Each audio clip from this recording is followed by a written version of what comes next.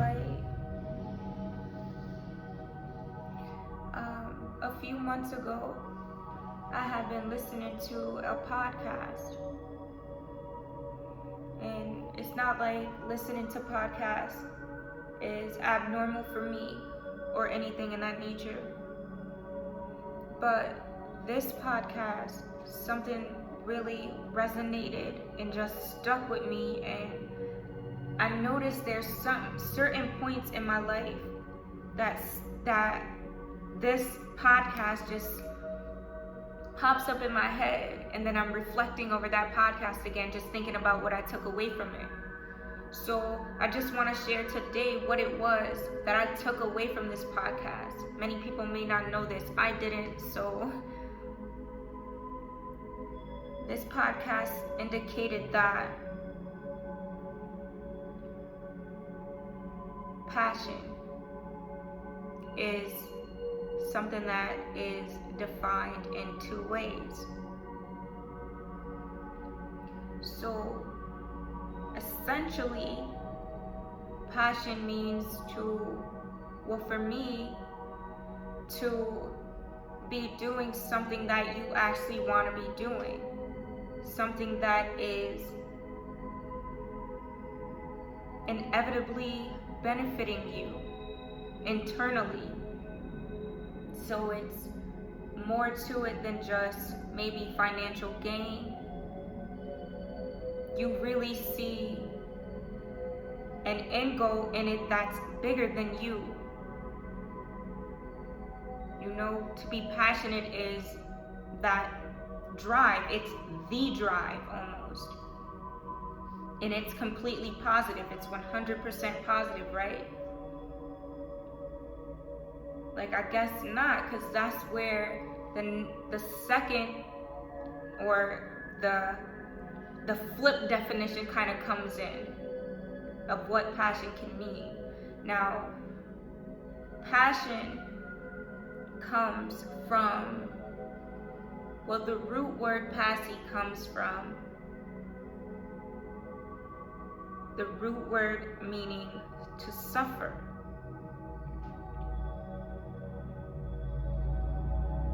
So passion means to suffer. That's a bit strange, right? It's a bit strange that a word we use to define things going on around us that we enjoy doing in a very highlighted way to be, or to simultaneously mean something negative as to suffer at the same time. At the same time, it means to suffer. And this is how it means, or how it can go from meaning passionate in a positive way to meaning passionate in a negative way. So say I am an aspiring artist. I don't really care if I get paid for this ever. I need to vent. This is the way to do it. It just so happens that the music is good. Whatever my artistic craft is, it just so happens that I'm good with it.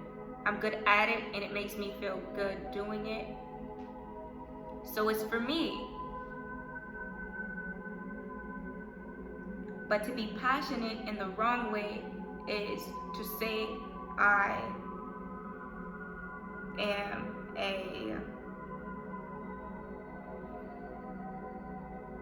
say I'm an artist, or say I'm a painter.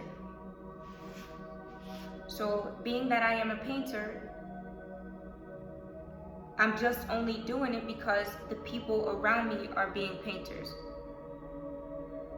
I see a lot of people getting money being painters. So it's kind of something I want to tap into. Now I want to be a painter.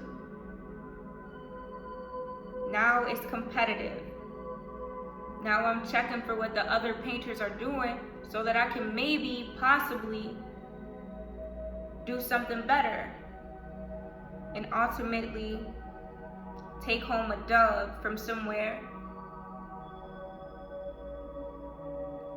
Now it's a competition.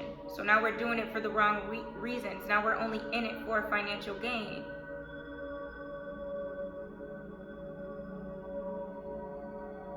Okay. We're passionate now for the negative reason. This is how it's now defined in a negative way. Forgive me, there's a notification on my phone. So it's essential that we be mindful of what we're claiming that we're passionate for or about.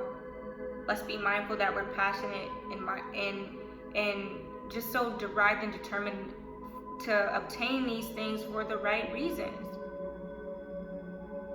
Make sure it's something we're doing because our soul is gravitating us towards that. Not because that's just where the financial gain is. Or any gain. That's just where some form of abundance is. Some form of temporary abundance. And also that's how we step into temporary abundance. That's how we open the door and welcome temporary abundance for doing things that we're not passionate about. Because when you're doing something you're not passionate about, eventually that drive burns out, just like a candle. That flame eventually burns out. So that's what your passion will do when it's not for the right reasons. Okay? But when you're passionate for the right reasons, it's almost like wood and a flame.